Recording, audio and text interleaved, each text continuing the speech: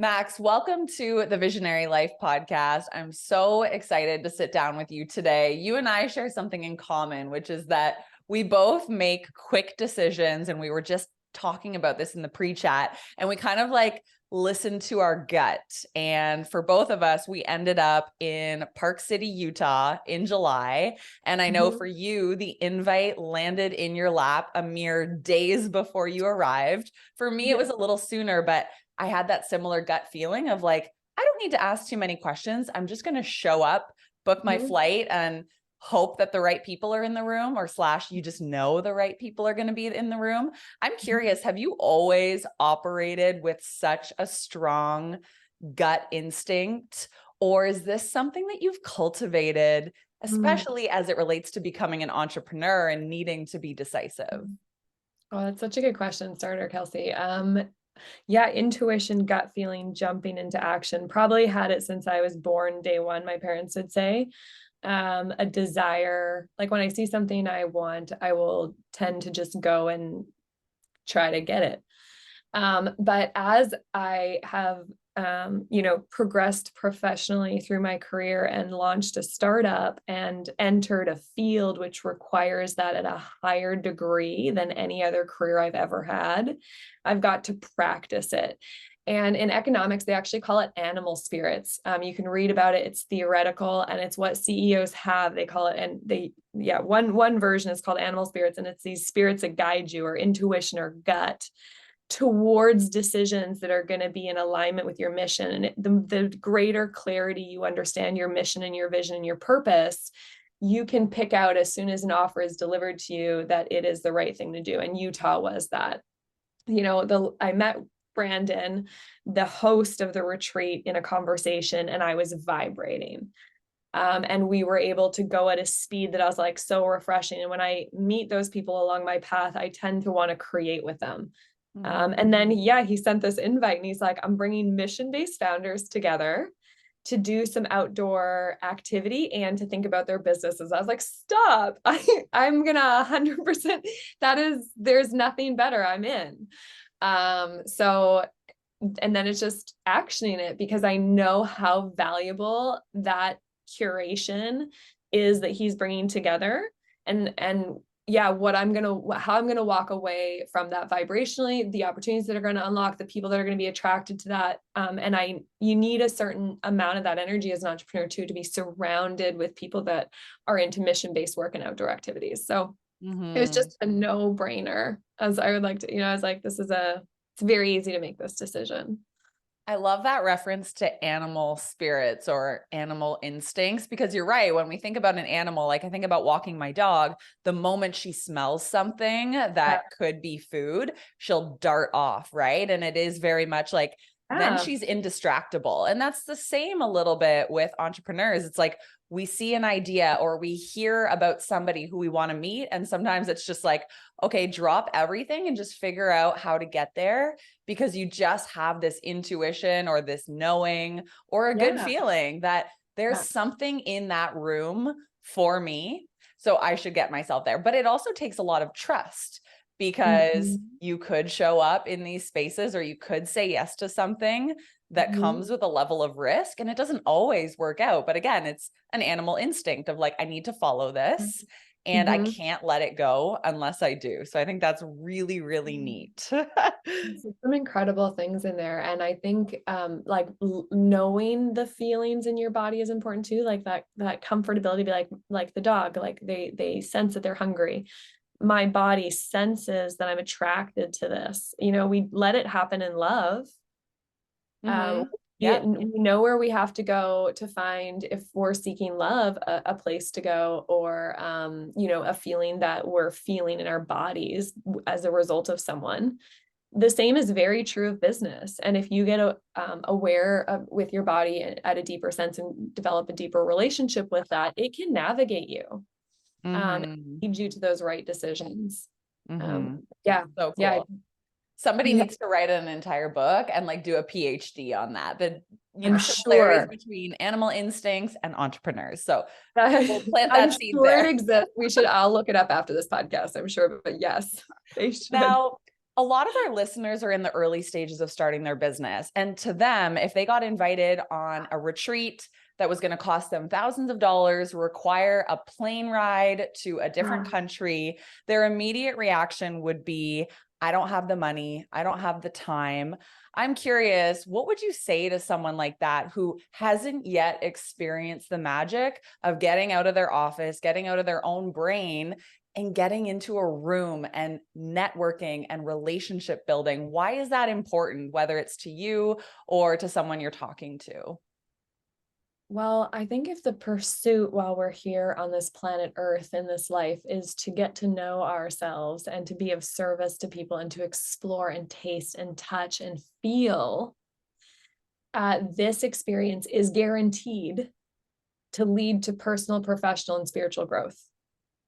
And not every retreat is for you. Again, we come back to that. What is the right retreat for you? What is the right experience for you? What is the right risk for you? That you trust yourself with too. Yeah, I can do that, right? When you're standing on a mountain bike and you're looking down a rock, well, you and I both mountain bike. We have to know our level. Generally, we have to know our feelings that day. Sometimes I can go down big rock faces, and some days I'm like, not today. And whether it was the beginning of the ride, whether it was how comfortable I'm feeling, whether it's the weather conditions, I'm deciding as an athlete what I can take on based on my knowledge of what I have and what I'll enjoy.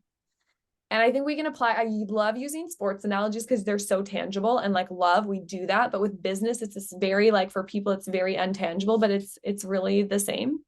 So I'd say, what do you know you're going to enjoy? Seek that out. And the investment, and I know it doesn't sometimes feel like it, but the payout is continuous and in perpetuity forever. So take that into consideration. It's not a one or done. We're here because of Utah. Ryan from Utah is coming to visit me because I went to that retreat in Utah. Brand and I are co-collaborating. I'll probably partner on some, because of Utah. I learned so, and that's still playing out. So the investment, even if it was not a big investment, it was under $2,000. And that might seem like a lot, but again, ground truth it. Okay. I have like 4 relationships that are playing in my business and personal lives in perpetuity. What's that worth? I got to see Utah and play and stay in this massive curiosity, beautiful house and get food and like adventure with people that are vibing with me, that for months I can still tap into that feeling. What is that worth? Can compare it to things that you pay for. Okay. So, I don't know, how much do you pay for therapy? How much do you pay for your gym membership? How much did you buy a monitor? Did you buy a Peloton? Do you go for, what do you invest in? And what return does it give you? And start to notice that and recognize when opportunities come your way that will improve your personal, professional, and spiritual health, or your vision or your mission, and know that. And just break down the cost. I start to see the world in value now. I don't even see the upfront cost. I think when I'm buying a coat, okay, this coat's $150. I'm obsessed with it. But I'm only going to probably pull it out on weddings. Okay. That coat is a very different price than like this coat's like $250, but I can wear it every single day in winter. And it will literally, be my winter jacket. That coat's like $1 a day. This coat's $150 a wear, or whatever. So I think people in society need to learn how to do these value-based equations to both invest in themselves, to start businesses, even just to recognize the value of something that it provides them.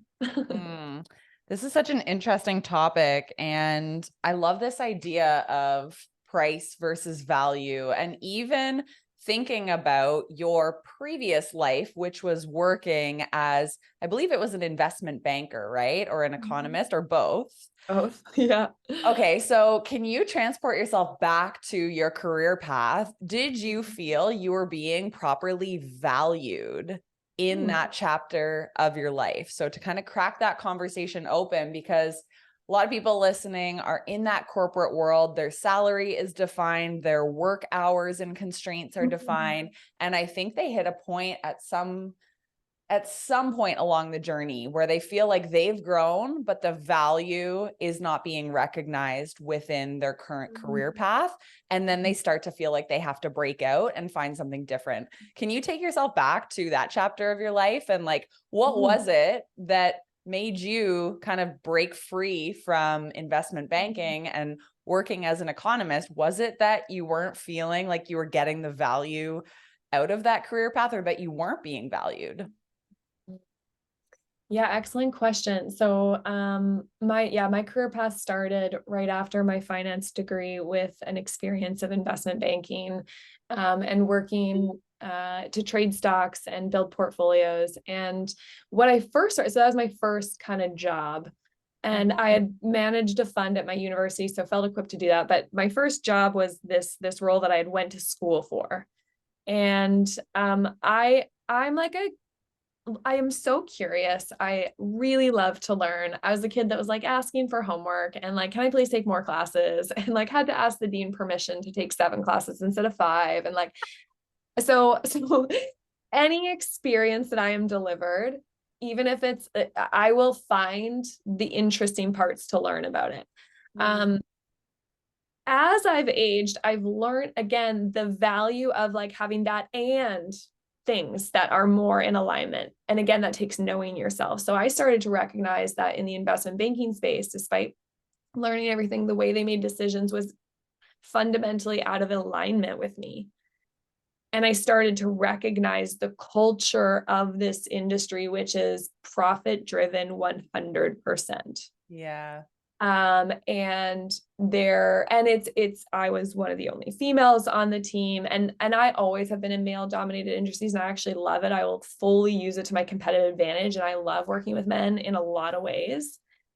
But there was a missing feminine element for sure in that culture, that did not align. And then, the decisions that they were making never, like, I started to bring up questions like, how does this impact that economy? If we trade that much of a commodity, it literally could fundamentally change the price of something that could impact a country. Like, these companies trade on billions of dollars and they move money. Yep. And they do not equate their decisions with the impact that is happening on a global scale, environmentally, socially, within the systems.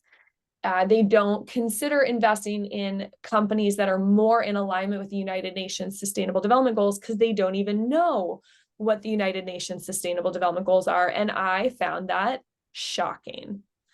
I was like, you're trading billions of dollars regularly, and you don't know what the governance of all countries is suggesting. You're like literally investing into companies that are going out of alignment with the Sustainable Development Goals. You're providing resources for a company that is not environmentally sound, that is not treating their workers right, that still has child labor, that is polluting over developing countries, that is like not adjusting to what is wrong. And you're not questioning it because you're not even looking at that. You're looking at the price earning ratios and all these quantitative linear facts to make these decisions. And I was like, and I want people to recognize that in their corporate careers. If your job is out of alignment with your heart and your soul and your body, that's just no good. You got to get out. You got to get out. Nothing's worth it. But it's common for people to feel that. It's very common. Why would you work for something you're fundamentally out of alignment with? I can't put my time and energy and effort into anything that goes against my like skin. The mistreatment of animals, the mistreatment of children, the mistreatment of nature. That is not okay for me in any circumstance. To child labor, I'm just like, how does that still exist? How is it allowed that we can go and I'm going on a bit of a tangent, but I just want you to like vibe into what your company does. And do you support it? Yeah. Because you're putting your life force into it. Yep. So I started to recognize that, and I started to recognize that the company wasn't even open to have the conversation. And I was like, nope. This is wrong. And the Bloomberg terminal in which millions, all like majority of trades are made through. You place your trades on this big terminal that keeps all the stats of the stocks, does not highlight the difference, which companies are environmental or so the social indicators, those soft skills that are actually fundamentally so important. They, again, just, you're looking at numbers and moving things that don't mean anything or aren't attached. So I just was like, I can't do this. I love the idea of putting money towards an idea and growing it. I do not like the money of not looking at that. That's in alignment with where we want to go as society. So it was easy for me to leave that job. It took, like 16 months because I was interested in learning. I like kind of figuring out, I was trying to develop a voice. I was trying to see this, show the stats using, I'm not a hippie and I hated that they called me that. I was like, this is pure math. This is pure economics. This is the United Nations Sustainable Development Goals are not hippie. They're a bunch of nations coming together to look aggregately at what the conditions are, and I just wasn't heard. So if your voice is also not being heard, you're not going to be able to practice it. And it's going to dim you, and that's not worth it. It's not. And it's not hard to find a way to make money. I know it's so scary sometimes when you've been delivered a paycheck. I really get how safe the regular paycheck is more than ever because I'm an entrepreneur and it's not a linear, you don't get a paycheck like regularly for a while, or it's, you have seasons or you have launches that are big that feed you for like 4 months. And you don't have to go all in, but is that paycheck worth it? Again, let's look at the value to work at something that is out of alignment with your values, that is not serving your voice, where you're not being heard, where you're not developing. Can't even, my stomach makes me, it's like staying in a bad relationship. I'm like, no, this is not worth it. So is this when you decided to boldly quit and take what you call a year on? Is that what happened next? And if so, could you explain a little bit more about how you made that decision and what a year on actually is? Yeah, no, I wish I was that brave at that point. I was still too young. I still had to go back to the corporate world a few times to figure that out, to go on my own. I was not equipped with the knowledge yet. So after that, I went back and actually did my master's in economics. I was like, finance is great, but I want to round this out. And economics is the study of economic, environmental, and social indicators at play. It included that sphere that I was seeking in the investment space.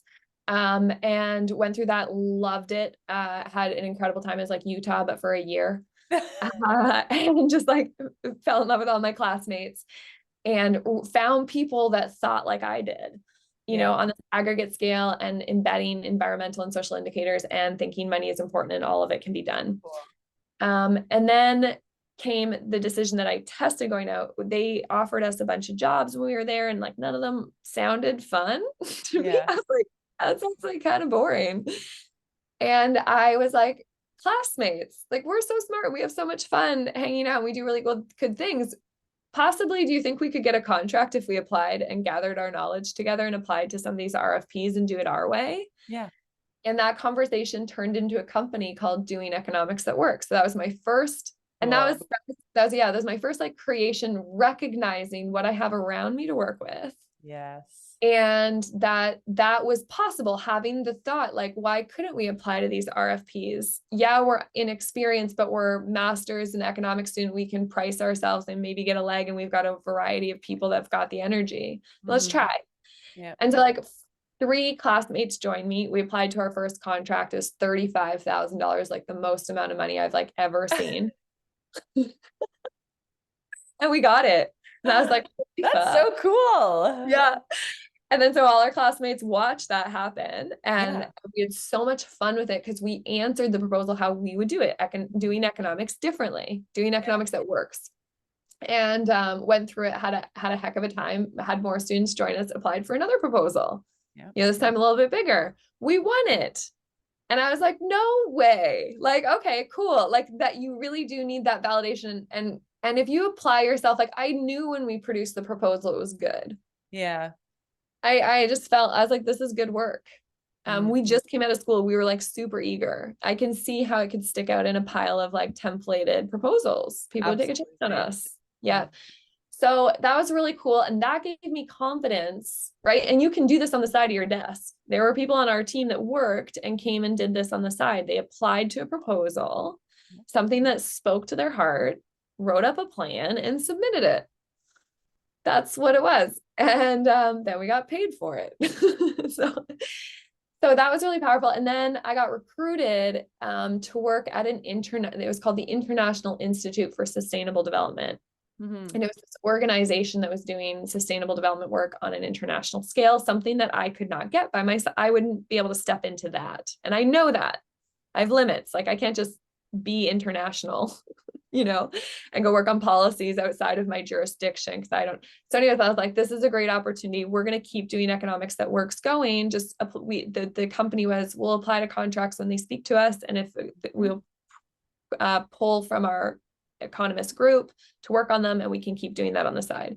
I couldn't say no to this opportunity and ended up working there for 5 years and got so much knowledge about how a company works and how the world works, how policy works and governance works and environmental systems works and grants work and governments. And that kept me curious for 5 years. Like I was like really into this experience and got to travel and got to sit at the climate change negotiation tables and see what happened between developing countries and developed countries and see the United Nations Sustainable Development Goals get produced and how they're edited and audited and where they come from. Yep. And it was fascinating. And I just like developed so much personally and professionally. And again, it was an alignment with me. But then I started to notice that their solution, the way that they tackle these problems through policy, was not working and could be dismantled. Yeah. And I didn't know that. I was green to that. I was like, I didn't know that you could work on a policy for 3 years and then a change in government happens and it gets dismantled. Of course it can, but I never saw it happen in my career. And I didn't experience it. And I didn't understand that someone, just because they feel like something shouldn't be there, could just negate stats and science and those things. And I got crushed. So I'm like a rose colored glass girl living in a world that's not rose color all the time. And I kept seeing this happen. And then I kept seeing the struggles to push a policy through, like 3 years for an idea to push something that needs to be happened 5 years ago. That's too slow. And I started to become knowledgeable about the statistics that I was reading about the environment and the action that we needed to take to stay in alignment with the planetary boundaries.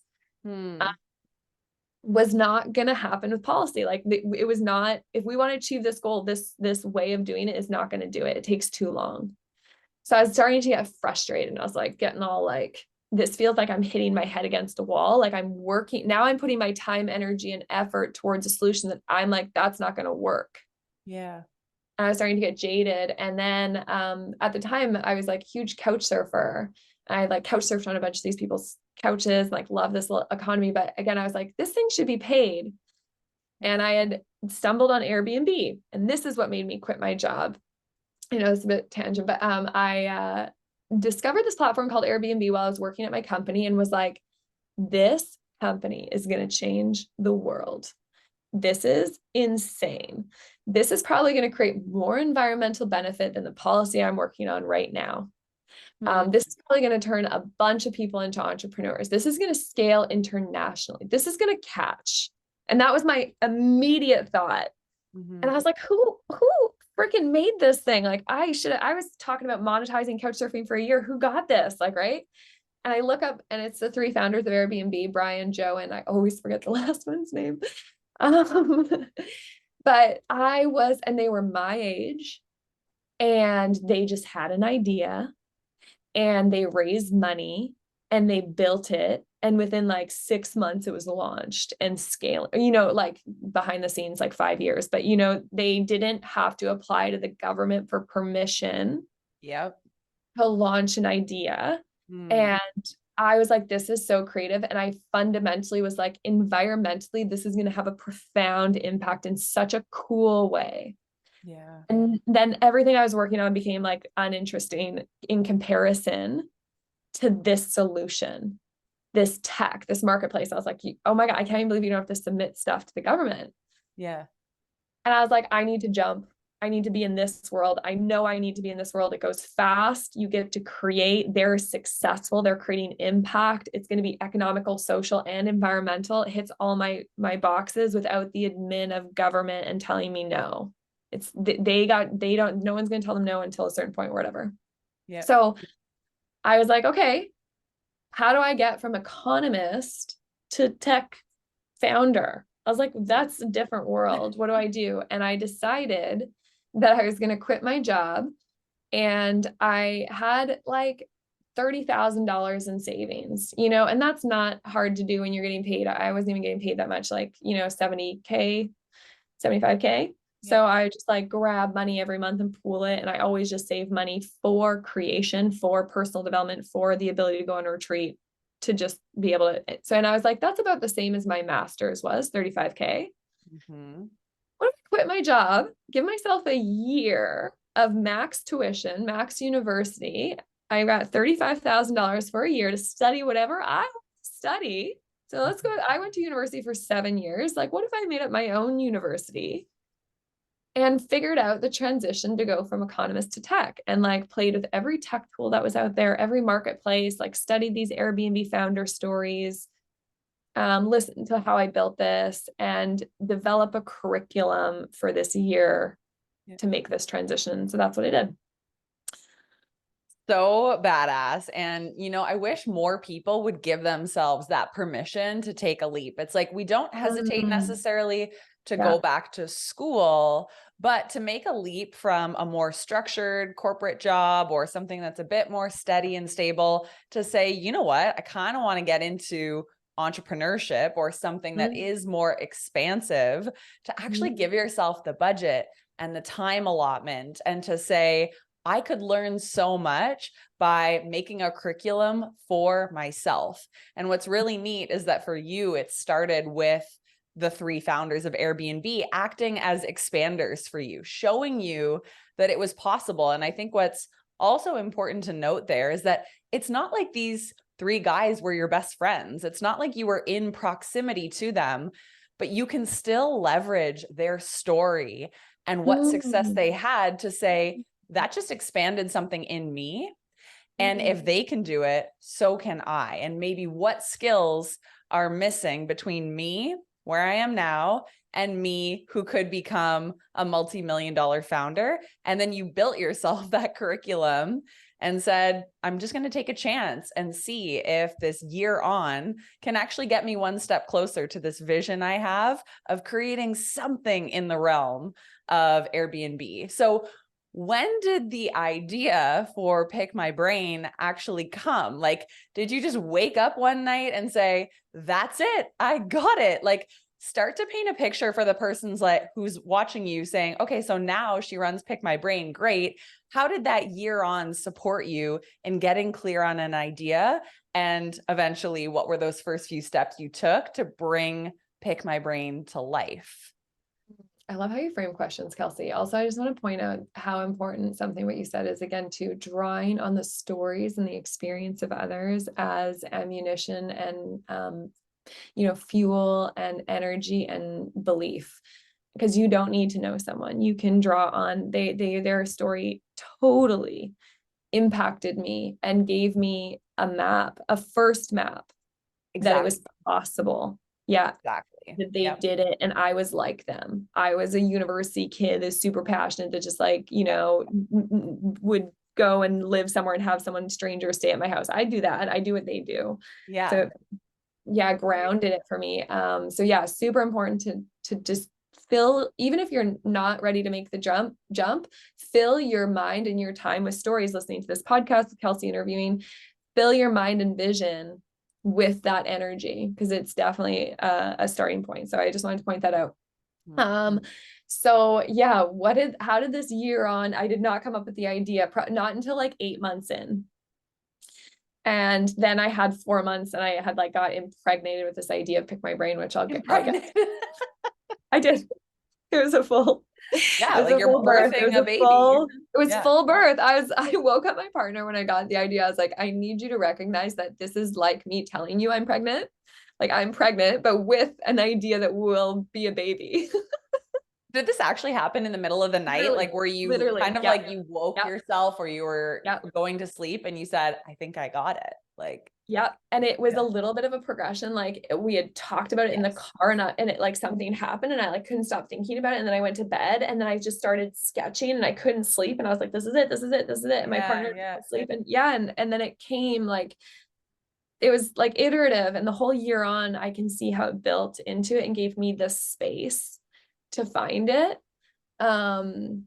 But I did wake him up at like 4 a.m. I was like, I am just so pregnant.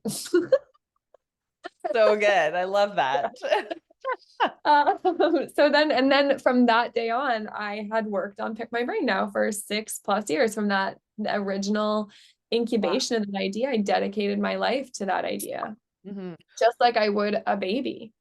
I was like, I want this thing to live and breathe and be in existence, and I want to nurture it, and I want to get to know it, and I want to raise it.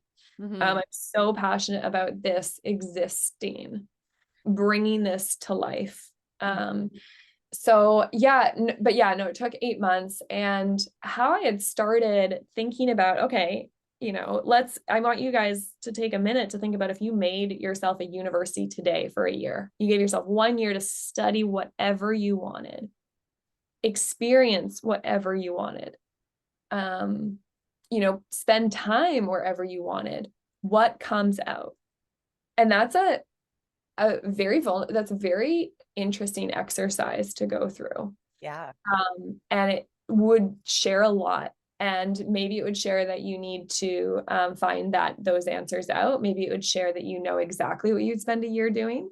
And maybe you can get creative. So I started to get creative with this. First I started writing it out like a university timetable. I was like, okay, I have semesters, because that was what I knew. I was like, I have semesters, I'm going to need some classes, I need some themes. And so I started like in my journal, like drawing all these out.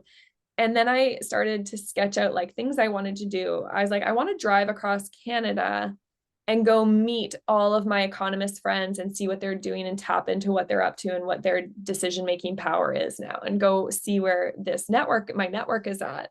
Cool. I was like, I feel like it's important. I want to drive across Canada to just feel that. And I want to camp while I go so I can slowly do it. And this hit a few things: slow down, invest in your network, discover where you live and who you are.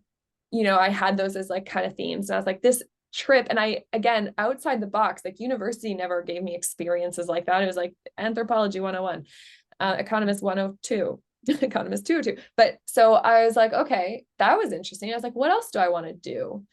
And I knew I wanted to onboard into every marketplace that existed, right? And I really, what fundamentally like captured me with Airbnb was the marketplace economics that existed behind the model, and the environmental, social, and economic benefits that it unlocked, which was totally in alignment with all of my career that I was looking for. I was always looking for the combination of those things. So I was like, okay, well, I'm gonna have to spend a certain amount of time digging in and researching marketplaces that exist in technology. If Airbnb built this thing that allows you to pay for anyone. And I was, like I said, a couch surfer before. I stayed on hundreds of couching, and they built tech to enable free surfing. So I got to compare free experience and onboarding and things, and then go over to Pick My or Airbnb and pay. Right. And I had my house on both, and I was experiencing it from a host perspective and a demands perspective. So part of my university schedule was like, dive into this problem. You want to make a transition from economist to tech, start studying tech. Or startup founder. So I put in my schedule certain amount of time in my calendar to explore like one marketplace every 2 weeks, onboard myself into, notice how it worked. So I did that. I also Coursera and Udemy and Udacity were just coming out that time, and I was like, okay, got to get on the future of education. What is this? So I also was like, take 2 classes that speak to you from each of these sites and compare that experience and tap into where the future of education is going. Yeah.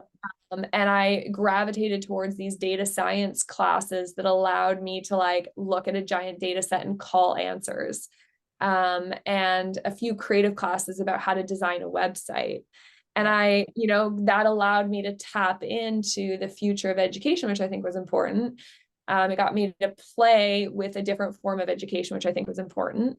Mm-hmm. It got me to judge and have an opinion about the level Mm-hmm. quality in comparison to my master's and my undergrad. So I had a metric to kind of compare it. So that was a class that was beautiful that I put in my university schedule. It fed me a lot taking those Udemy and Udacity and Coursera courses. Yeah. I knew that in my job, I had all these books and articles I wanted to read to make me a better economist, but my job did not allow me the time to read them. And I found that such a contradiction. And I remember advocating in my office, there should be a thinking, like I should be able to consult my hours for thinking and reading. Because if you put me on a project on an international, which I did, this is out of alignment in my job, like go work on this project from Kenya. I was like, no, I've never been to Kenya. Don't put me on Yeah. a project that I don't even know the president. I don't know how the governance works. No, not a chance. And I get mad that that's actually sometimes how the United Nations, these companies work too. I'm like, that's not in alignment with me. Yeah. Um, and I didn't have time to read these books. And I had like developed this collection of books. And I was like, okay, in my year on, I really want to read. I really want to take time to read these books that I never had time to upgrade my knowledge. So I was like, okay, what if I fly to Maui, somewhere warm? It was winter in Canada. It was at the end of my Yes. drive across Canada. What if I go to Maui for a month and then my entire job is just to read? That's how, and you know what? It was cheaper for me to fly to Maui, and we did 2 weeks in an Airbnb, 2 weeks in a camper van, and 2 weeks in another hostel type situation. It was cheaper than 1 month of rent in Kingston. Because we got a flight, it was like we got a return flight to Maui for $400, which is crazy. And I think we spent like, yeah, 1,200 on accommodation, and our rent was like 1,800. And I was Mm. like, so we could either live in Kingston or we could go to Maui. And we didn't have a lease, so we could do that. So my partner and I flew to Maui for a month. That was scheduled in the university class to read books. I made a list of 12 books that I thought I could read in a month. He Yeah. made a list of 12. We literally excelled it, counted the pages because it was our job to go to Maui and read. Yeah. And morning, lunch, and dinner. And we put some activities in there, of course, but our job was to read. And it was so wonderful because he was reading his set, I was reading mine, and we'd like exchange what we were reading. Cool. And so then we got to like, yeah, like upgrade our knowledge and and I was like, what books do I want to read if I have total open availability? Like university, I have to read these certain books. But like, if I get to choose, what another interesting activity for me to prioritize the 12. And Mm-hmm. that's another amazing exercise you can do as a person. What books and articles do you want to read to reach the next level of yourself right now? It's like the most expansive question that we could possibly ask ourselves, especially anytime you feel stuck or Yeah, unhappy or unfulfilled for yeah, multiple days in your life. Like you said something 10 minutes ago saying, if you could study whatever you wanted for a yeah, week, a yeah, month, a yeah, year, what would that yeah, be? And my guess is that a lot of people will hear that question and go, I have no freaking clue because I yeah, haven't given myself the space or the allowance in my brain to think outside of my current reality. yeah, So if somebody's working in a profession and they've been doing so for 20 years, yeah, they may not even know, like if I had all the time, money, and energy in the world and sent yeah, myself to Maui, yeah, what would I consume? yeah. That's I like, know. it's almost It's scary scary. to hold that Scary. Yeah, because that means totally. that you have limitless possibility. You can Yeah, create anything you want in this lifetime, yeah, but you have to give yourself the space to dream and to ask the deeper questions and to be curious about who you are beyond your current circumstances, which is terrifying. So accurate and so true. It is so scary, and it's scary that it's scary. And I feel like people would put so much pressure on themselves that they wouldn't even do it. And I'm like, you guys, this can be flexible. Like your list can change and it can be different next year, and it can, but yeah, we do not create enough space for ourselves to think about what our reading list would be, or if we had a year to Yeah. create our own school, what we'd invest in ourselves. Like, what do we want to learn? How do we want to grow? I am so sad that we don't have enough space to explore that. And work, really kept me from exploring that in some ways. In some ways, I got to really explore myself through my work at the companies. But yeah, I didn't have the space ever to think about what I wanted to work on. Yeah, that is really significant. This year that I took on this year on, I want to come back someday and create it was so valuable, Kelsey, like fundamentally to feel that much space and to feel that I was okay financially. And I did this whole year on less than $30,000. Incredible. So like, would you take $30,000 to explore a year of your life in whatever way you wanted? Like, I hope you make that a goal of yourself at some point before you die. So incredible. Right? Yeah, 100%. Like, and maybe I'll, create a course for, you don't have to do it next year, but dream about it. Put $30,000 on a budget down and get crafty with it. I was super crafty about it too. Like I drove and camped across Canada for a month. Yeah. That cost me $700 in gas and like food, it was very affordable. It was always less than my rent. And I was like, wow, people don't even know how affordable it is to be so expansive. Yeah.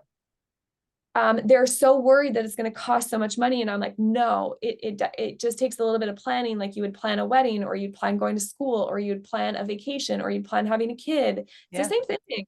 It all costs money. But for whatever reason, we think, these other things are out of alignment in terms of the barrier is cost. I'm like, no, it's actually really cheap and again, what I got to do, I got to drive across Canada. I got to go to Maui. I got to like find the future of education. I got to read all these books. I got to like connect with my network. I got to like babysit my sister for a month while my mom went to Europe. And that was special. And all of these things gave me this and it allowed me to become like who I loved. Yeah. I fell so in love with myself. I was like, this is so fun and freeing, and again, led to the creation of Pick My Brain, which is now officially a $15 million valuation company and going to be far more, and is touching a lot of people, and is something that I want to work on till I die, until I take my last breath. Like what is that worth? Everything to me. I'll fight for that nirvana forever because I know it's possible. So anyways, creating just even as an inspiration, even if you start sketching what you would do in a year if it was all for you, is empowering. You don't even have to action it. Just think about it. Yeah. And honestly, what kept circulating in my brain is 30,000 to spend a year on is not expensive, but buying yourself out of misery that you've trapped yourself in, that's expensive. Because you're investing in things that just add Band-Aid solutions, like you're over consuming alcohol, you're buying new cars because you're bored, you're online shopping. I'm like, that's expensive. What you're saying, I fell in love with myself. That is, 30,000 to fall in love with yourself for the rest of your life and to create a massive company out of it. Yeah. I think that's the best return on investment ever. So, whoa. Right. And way more, it's given me like, use education as a proxy. It has returned more financially than my degrees, I'd say at this point. But yeah, totally agree. So as we wrap up here, I want to know, what are some of the milestones that you are so proud of in these past few years of building Pick My Brain? What are some of the moments that have been kind of surreal, whether they're small or big? Kind of walk us through a few of those just like celebratory moments that you want to share with us today. Yeah.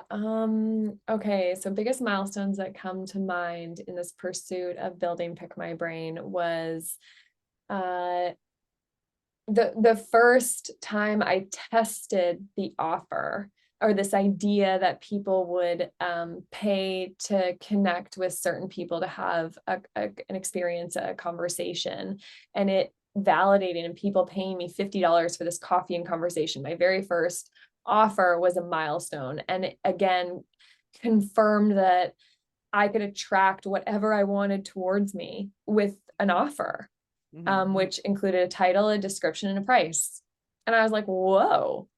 And so I entered into this. I can create revenue streams doing, again, something I design and love. That's nuts. So that was super empowering. Building that up till I hit my $100,000 making my own revenue streams. That took me a while, but I figured it out. I like hosted workshops and classes and programs, anything that I like desired to my community. Was just like, do you want to do this with me? And it was like, no, this is possible. And I needed that much validation before I was like, I'm going to teach other people how to do this. Yeah. And I saw that, and so when I got to teach other people and they showed up and they wanted to do this, I was like, okay, that's something. The first person that invested in me was a real milestone and changed my entire outlook of being like, this is an investable idea. I knew Airbnb got funding, but when I was studying them, they had just gone to Y Combinator, this accelerator, and started. And I just never really thought of like asking someone for a check. And then when someone said, I'd like to invest, it changed my perspective. And that was a whole milestone. And that led us to raising $750,000, something I never thought I could do. That was crazy. And now we're raising 3 million right now. And I'm like, I wonder if I can do this one. Like, we'll see. Like, I'm just going to try to go ask, So that was a real milestone. Hiring and having these incredible people want to work on this with me has been and will continuously be a milestone. It is life-giving to have someone want to work on your idea. It's just crazy.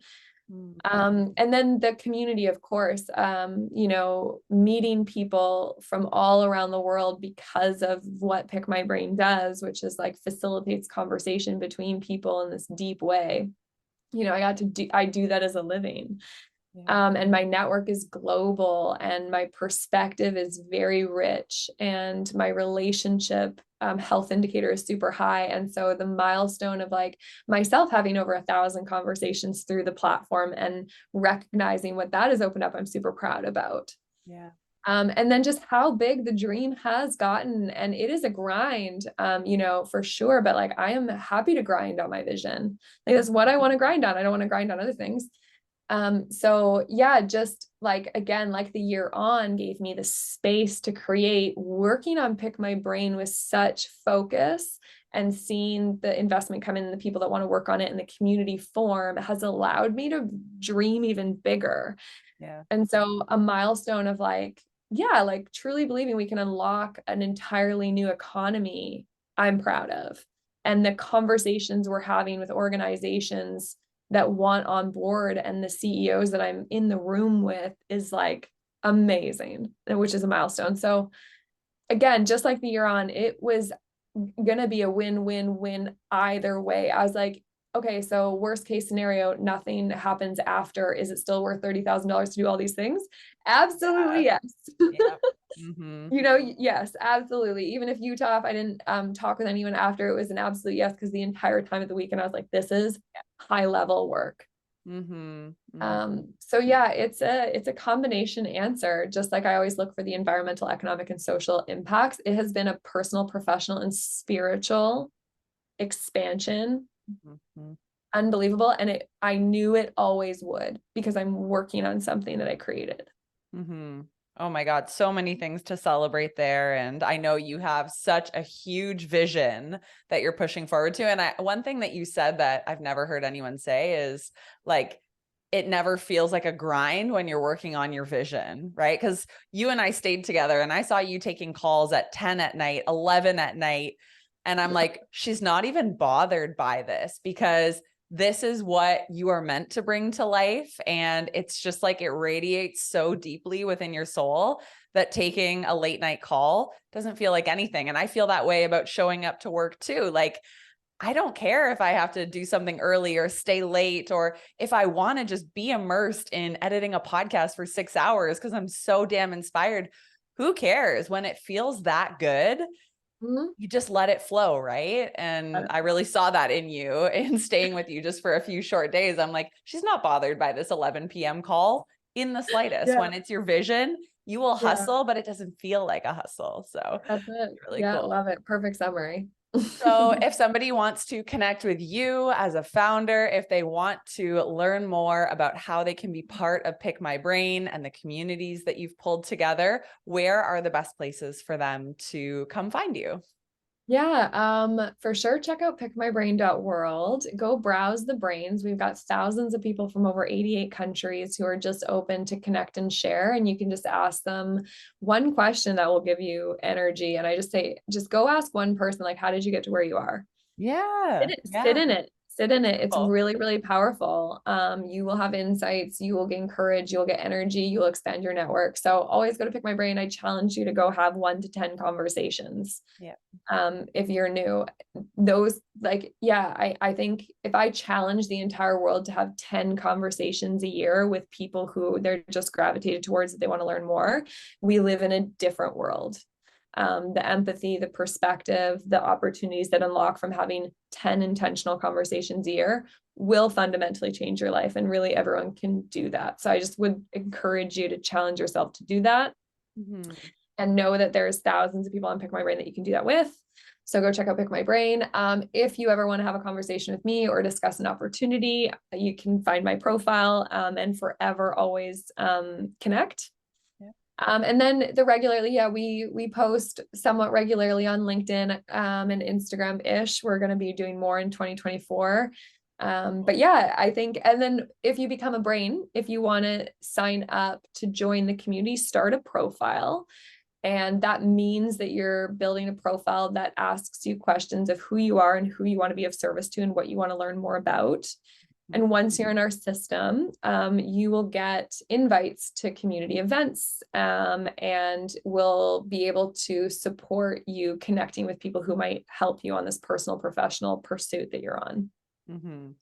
Incredible. We will link all of that in the show notes, and I would encourage people to come check out whether they want to pick a brain or be a brain. I'm sure everybody listening could benefit from one or the other, and to, consider if you can't take a year on, just have 10 conversations like Max challenged you to. That could be the start of something really, really meaningful in your life. So thank you so much for sharing your journey, your story, all that delicious wisdom on the Visionary Life podcast.